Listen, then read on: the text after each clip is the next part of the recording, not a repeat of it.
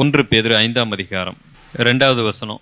உங்களிடத்திலுள்ள தேவனுடைய மந்தையை நீங்கள் மேய்த்து கட்டாயமாய் அல்ல, மனப்பூர்வமாயும் அவலட்சணமான ஆதாயத்திற்காக அல்ல, உற்சாக மனதோடும் சுதந்திரத்தை இருமாப்பாய் ஆளுகிறவர்களாக அல்ல, மந்தைக்கு மாதிரிகளாகவும் கண்காணிப்பு செய்யுங்கள். இதுதான் ஒரு பாஸ்டரிங் மினிஸ்ட்ரிக்கு இருக்க வேண்டிய மிகப்பெரிய தகுதி. உங்களிடத்தில் உள்ள தேவனுடைய மந்தையை நீங்கள் என்ன செய்ய வேண்டும்? மேய்க்க வேண்டும். மந்தையை மேய்க்க வேண்டும். நாம மந்தையை மேய்ந்து விடக்கூடாது, மந்தையை மேய்க்க வேண்டும். அது எப்படி? Not compulsion. எனக்கு வேற வழியே இல்லை, கர்த்தர் இந்த ஊழியத்துக்கு என்னை அழைச்சிட்டாரு, அதனால தான் இருக்கிறேன், இல்லைன்னா நான் எங்க வேணாலும் போயிருப்பேன் தெரியுமா? போய்க்கப்பா, வசனமே சொல்லுது. கட்டாயமா இல்லை, தப்பி தவறி கூட உன்னை ஆண்டவர் என்ன செய்யல, கட்டாயமே படுத்தல. If you want you can do it. முழு மனதோடு நீங்கள் இதை என்ன பண்ணுங்க, செய்யுங்க. எப்பொழுதுமே மந்தையை மேய்க்கிற பணி மட்டுமல்ல, தேவனுக்காக நீங்கள் எதை செய்தாலும் எப்படி செய்யணும்? கட்டாயமாய் செய்யக்கூடாது. அது கட்டாயம் அல்ல. எதையுமே அவர் கட்டாயப்படுத்தல. இதுதான் கிறிஸ்டியானிட்டி. அவர் எதையும் கட்டாயப்படுத்தல. முழு உற்சாகத்தோடு கொடுக்க சொல்லுகிறார், முழு மனதோடு கொடுக்க சொல்லுகிறார், முழு மனதோடு அவருடைய மந்தையை மேய்க்க சொல்லுகிறார். கட்டாயமா நீங்க எதையுமே செய்ய வேணாம்னு சொல்லுவார். ரொம்ப அற்புதமா இருக்கு. ஆனா நாம என்ன பண்ணிட்டு இருக்கிறோம்? ஒரு மேய்ப்பன் கட்டாயப்படுத்தி கொண்டிருக்கிறான். வர வைக்கிறதற்கு ஒரு கட்டாயப்படுத்த வேண்டி இருக்கு, பணத்தை கொடுக்க வைக்க அவர் கட்டாயப்படுத்த வேண்டி இருக்கு. பல குரலி வித்தைகள் எல்லாம் அவர் காண்பிக்கிறார்.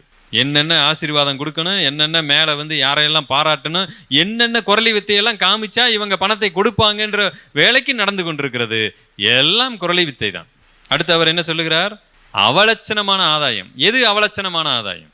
நீங்கள் கட்டாயப்படுத்தி மேய்க்க கூடாது, அதே மாதிரி கட்டாயப்படுத்தி யாரிடத்திலும் என்ன செய்யக்கூடாது. அது அவலட்சணமான ஆதாயம். ஆதாயம் இருக்கலாம், சுவிசேஷம் சொல்லுகிறவர்களுக்கு அதனாலே பிழைப்பு உண்டாகலாம், அது தவறல்ல. ஆனால் அது என்னவாய் மாறிவிடக்கூடாது, அவலட்சணமாய் போய்விடக்கூடாது. எது அவலட்சணம்? மந்தையை ஏமாற்றுதல், மந்தையை கட்டாயப்படுத்துதல், மந்தை கடினமான சூழ்நிலையில் இருக்கும்போது கூட அவர்களை கசக்கி பிழிதல். நம்ம மந்தையில் அம்பானியாவே வந்திருக்கட்டுமே, அம்பானியே நம்ம மந்தைக்கு வந்துடட்டும். ஐயா, நீங்கள் விருப்பப்படுகிறதே என்ன செய்யணும்? சபை கொடுக்கணும், அவ்வளோதான். வேற எதுவும் செய்யக்கூடாது. நாங்கள் வண்டியில் வரும்போது பேசிட்டு வந்தோம். நம்ம கேரிஸோட படிக்கக்கூடிய ஒரு பொண்ணு, அவங்க வந்து புதுசாக சபை கட்டுறாங்க 2.5 கோடிக்கு. இவ கேட்டிருக்கு, 2 கோடிக்கு கட்டுறீங்களா? என் மக கேட்டிருக்கிறா, 2.5 கோடிக்கு என்ன பண்ணுவீங்க? அதான் நாங்கள் தான் இருக்கோமே. அந்த பொண்ணு, நீங்கள் 2.5 கோடி கொடுப்பீங்களா? இல்லை, நாங்கள் புக்கை எடுத்துட்டு ராமராஜ் காட்டனுக்கு போவோம். அப்புறம் என்ன, பெரிய பெரிய கம்பெனியா, இன்னும் பெரிய பெரிய கம்பெனிஸ்லாம் இருக்கு, எல்லா பக்கம் போய் காசை வாங்கிட்டு வந்துடுவோம். அட பாவிகளா, ராமராஜ் காட்டன் அவர் யாரியா? அவர் கடைக்கு நுழைஞ்சாலே அப்படியே மங்களமாக விக்கிரகங்களை வைத்து கொண்டு வழிபட்டு கொண்டிருக்கிறார். அவர் அப்படியே வழிபட்டு கொண்டிருப்பார், பத்திய சூடத்தை வச்சுக்கிட்டு இருப்பாரு. இவங்க போய், ஐயா சாமி கொஞ்சம் தர்மம் போடுங்கய்யா. என்ன எங்க இயேசுநாதர் ரொம்ப பாவம் கஷ்டப்பட்டுட்டு இருக்கிறாரு, இந்த சபை கட்டடம் கட்ட முடியாம இருக்கிறாரு, உங்க சாமிகிட்ட நீங்க நல்ல ஆசீர்வாதமா இருக்கிறீங்க, எங்க சாமிக்கு கொஞ்சம் எதாவது பிச்சை போடுங்கய்யா. அதானே கரெக்டு தானே? இல்லை நான் கொஞ்சம் ஓவரா பேசுறேன்னா? அதானையா, வேற ஏதாவது இருக்கா?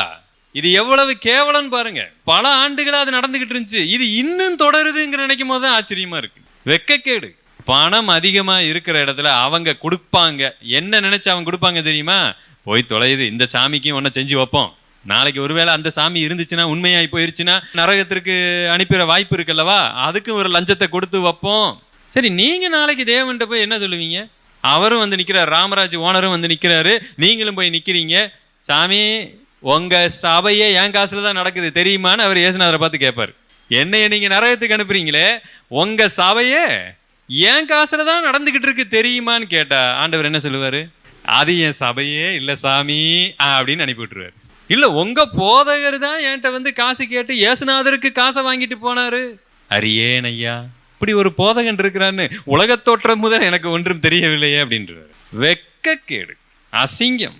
இது சத்தியம். ஆனா அங்க எது அபிஷேகம் போதிக்கப்படுது? உண்மையிலே அபிஷேகம் பெற்றவர் இதை செய்வாரா? பரிசுத்த ஆவியால் நிறைந்த ஒரு மனுஷன் இதை செய்வானா? காசு எங்க கிடைத்தாலும் போய் வாங்கிட்டு வந்துட முடியுமா? இல்லை. அவலட்சணமான ஆதாயம். தேவன் இதை அருவருக்கிறார். பண விஷயத்துல ரொம்ப கவனமா இருக்கணும். பாருங்க, அடுத்தவர் என்ன சொல்லுகிறார்? அவலட்சணமான ஆதாயத்துக்காக உற்சாக மனதோடு. எந்த ஆதாயமும் இல்லாட்டியும் நம்மளால உற்சாக மனதோடு செய்ய முடியுதா? புலம்பதான் முடியுது. ஏன் யூடியூப் எடுத்து அதுல போட்டாங்க, ஏன் பாட்டை எடுத்து இவன் ஒளிபரப்பி பண்ணிட்டான், எனக்கு வர்ற பணம் எல்லாம் போச்சு. எங்கேயா அங்க உற்சாக மனது இருக்கு?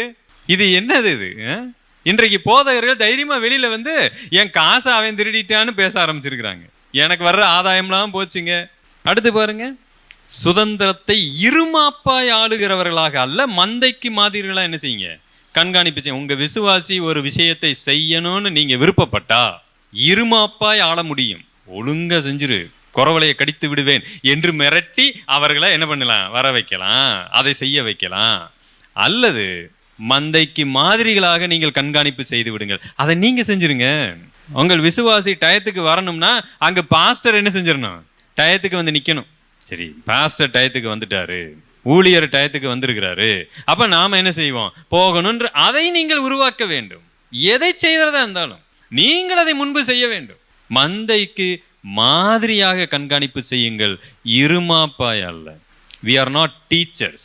நாம ஆசிரியர்கள் அல்ல, ஆசாரியர்கள். ரெண்டுக்கும் பெரிய வித்தியாசம் இருக்கிறது. ஆசிரியர்கள் தங்கள் வாழ்க்கையில எதையும் கடைபிடிக்க வேண்டிய அவசியம் இல்லை. ஆனா வேற வழியில் அவங்களுக்கு சம்பளம் கொடுத்து போதிக்க வைப்பாங்க. திருக்குறளை போதிக்க வைப்பாங்க, புறநானூறுவை போதிக்க வைப்பார்கள். ஆனால் திருக்குறள் இருக்கிற ஒரு வசனத்தை கூட அவங்க என்ன செய்ய மாட்டாங்க, கீழ்ப்படிய மாட்டார்கள். ஆனால் பிள்ளைகளுக்கு திருக்குறளை பற்றி என்ன பண்ணிட்டு இருப்பாங்க, கிளாஸ் எடுத்துக்கிட்டு இருப்பாங்க. That is not Christianity.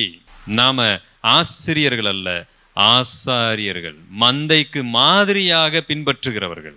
ஒரு விஷயத்தை சொல்லிக் கொடுக்கும் பொழுது அதையே நான் செய்து கொண்டிருக்கிறேன், மந்தைக்கு மாதிரியை காண்பிக்குதல்.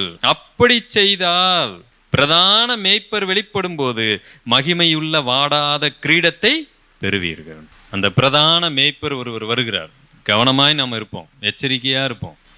ஆகவேதான் நாம சபையில என்றைக்குமே சில விஷயங்களை பயமுறுத்துவதில்லை. உங்களை கட்டாயப்படுத்தி இதை செய்ய வைக்கணும்னு நாங்கள் நினைக்கிறதே இல்லை. சில இடங்கள்ல உங்களை உற்சாகப்படுத்தி செய்ய வைக்கிறோம்.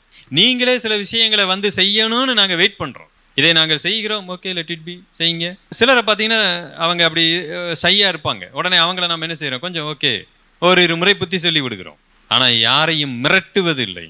நீ இதை செய்தே ஆக வேண்டும், வேற வழியே கிடையாது, கர்த்தர் உன்னை அடித்து விடுவார், உன் குடும்பம் இப்படி போய்விடும். இல்லை, நீங்கள் உற்சாக மனதோடு செய்யுங்க, கட்டாயமா செய்யாதீங்க, மனமும் வந்து அதை செய்யுங்க. அது கொடுக்கிறதா இருக்கட்டும், மேய்ப்பன் பணியா இருக்கட்டும், எதுவா இருந்தாலும் சரி, நீங்கள் முழு மனதோடு செய்வதுதான் தேவனால் அங்கீகரிக்கப்படும்.